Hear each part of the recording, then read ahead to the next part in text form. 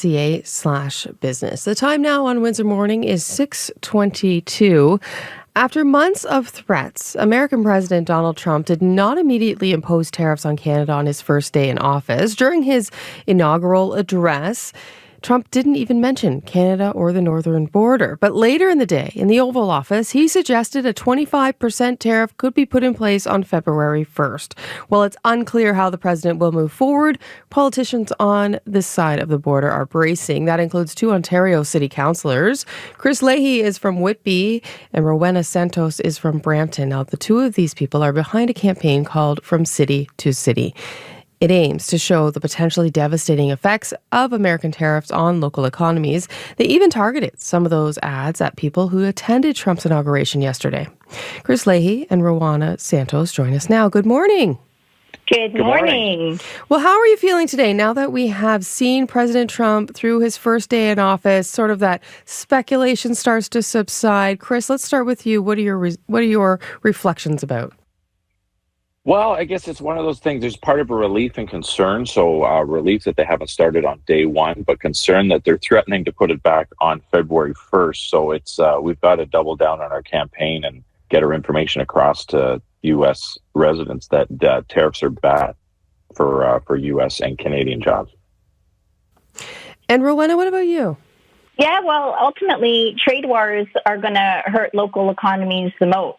When a plant shuts down in the city of Brampton or in the city of Windsor, our local economies, our cities are going to be hit with the most impact with those job losses. And at the end of the day, we are really proud Canadians. So when the U.S. president threatened, even before he was sworn in, our jobs in our cities, of course, we're going to fight back. And so the campaign is really targeting those local representatives in Canada and the U.S., to let them know that this is going to have devastating effects on their local economies. Tell us about the campaign that you launched. I understand you targeted ads at those in Washington, D.C. yesterday. Rwanda, why don't you continue? What was your message? Well, the ad that I had was actually shared on Twitter well before inauguration as a sneak preview of what ads were coming during the day yesterday. And it was about Brampton having the CN intermodal hub where goods movement between Canada and the U.S. travel on a daily basis, hourly basis. And a good chunk of those goods that come from Canada go straight to the United States. Sharing with the local representatives during inauguration that if a trade war happens, you're going to feel it on the other side of the border at your hub, wherever these goods land, and where they're shipped accordingly. So when we launched that sneak preview, I was already I'm now up to 92,000 organic views, and the paid advertising yesterday targeting those who attended the inauguration. We're going to find out those results as well. But there has been an increase of viewership on my videos and also Chris Leahy's in Whitby. How much did the ads cost? Well, we split several $1,000s into the cost of the start. Though the beauty of the new technology of the geo targeting is that you can geofence an area. You can so that every a mobile device that's in that area can be targeted so that they can get that direct message. And what we're trying to do is target those people that were at the inauguration. So they're lobbyists, decision makers, politicians, to try and get the message to the decision makers that tariffs are bad for the U.S. economy and the Canadian economy. I'm going to go to a clip now because just before Trump's inauguration yesterday, Premier Doug Ford said this. And I've sent a direction to the LCBO, if these tariffs come, to clear off every bit of U.S. alcohol off the shelves. Let's start promoting more Ontario-made wines and the vodkas and spirits.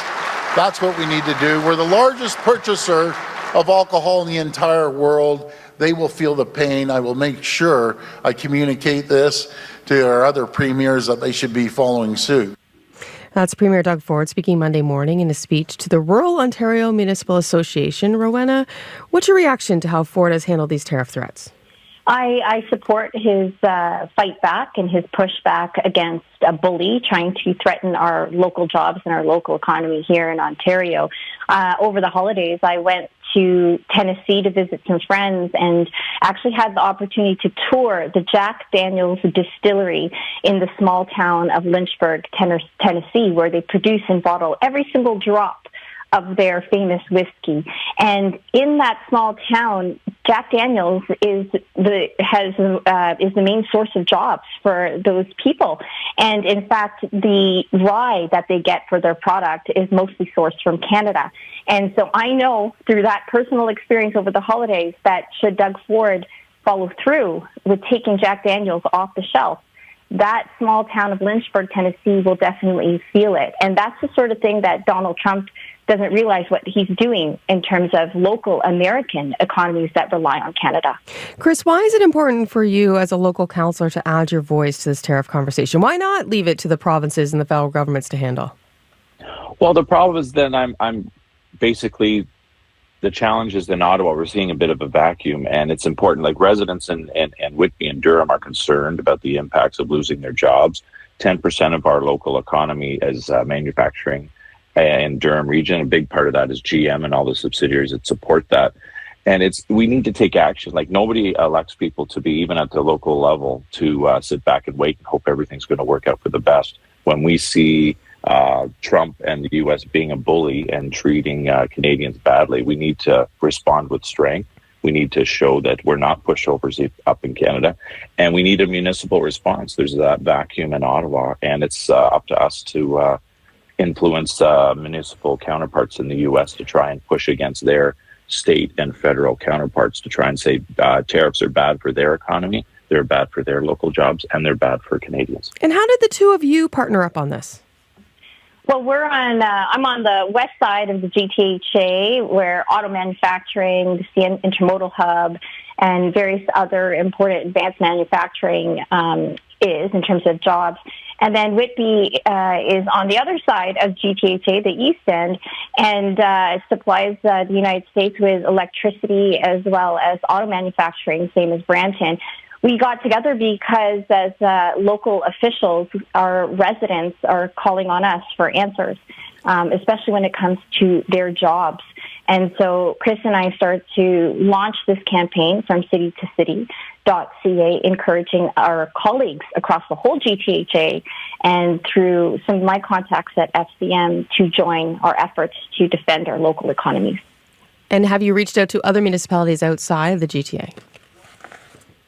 Yes. No, we've reached out to folks that we know. We've had contact from people that have heard of it through our media exposure, and we're going to continue to do so because this is a Team Canada approach. Like we're all on different teams and wear different jerseys during the. But when we're under threat, we all need to come together, and that's why it's a huge team effort, supporting the province, supporting the feds, but also providing a municipal response. We can't just sit there in silence and hope that everything's going to work out. That's just that's not the way to be. Right. Well, thank you for your efforts, and thank you for joining us this morning. Thanks so much. Thank you so much. Councillors Chris Leahy is from Whitby and Rowena Santos is from Brampton. They're going to continue this issue and push in the campaign. They plan to continue ads through the Super Bowl. Posters are up. They'll stay on this as the threat looms. We will have more on the show about the potential tariffs, possibly coming into effect February 1st. We're going to dive deeper into all of this in about 10 minutes with Paul Waldman here on Windsor Morning. This is CBC